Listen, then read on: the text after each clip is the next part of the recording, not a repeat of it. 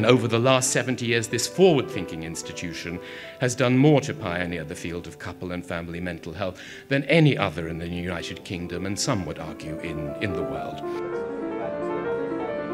Well, I think Brett Carr's presentation was excellent because it set out how the whole family had a very interconnected beginning, right from the Tavistock Institute of Medical Psychology, which is your body. And so we have a common root.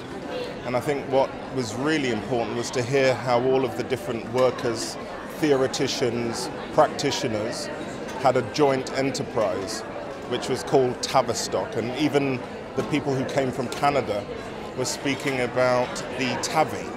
So there's a global mind of Tavistock. So on behalf of the Institute of Human Relations, who celebrated our 70th birthday last year, it's great to be part of the family doing its thing.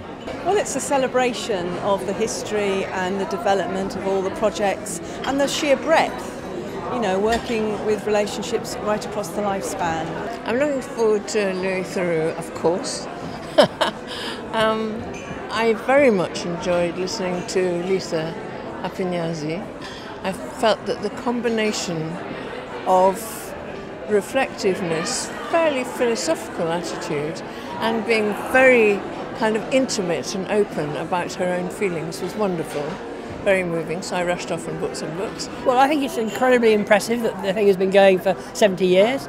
And is obviously very strong. I was very impressed with the chief executive's talk at the beginning about how much they've done, about how they're both committed to psychoanalysis but also are interested in research and evidence and ways of making interventions which work. I thought it was absolutely excellent. I wasn't expecting the public policy historical perspective in quite the way that it's come across, but I really found it fascinating, and I think it's reminded me, and because a lot of this parallels my career in all of this, just about how much we have learned, how much has come from those early developments, what the evidence actually suggests, what we should be focusing on, and how public policy should actually reflect that. So that seems to me to be absolutely fascinating. Had I unwittingly taken in that name? His picture of his mother with a man.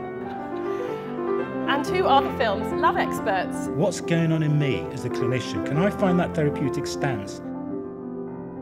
I think the great thing that the Tavistock, the wider Tavistock, as well as TR, has always done is try to engage outwardly, and sometimes more than others, but it's that engagement that brings the humanity of trying to really think about what's going on in settings where the pressure is not to think.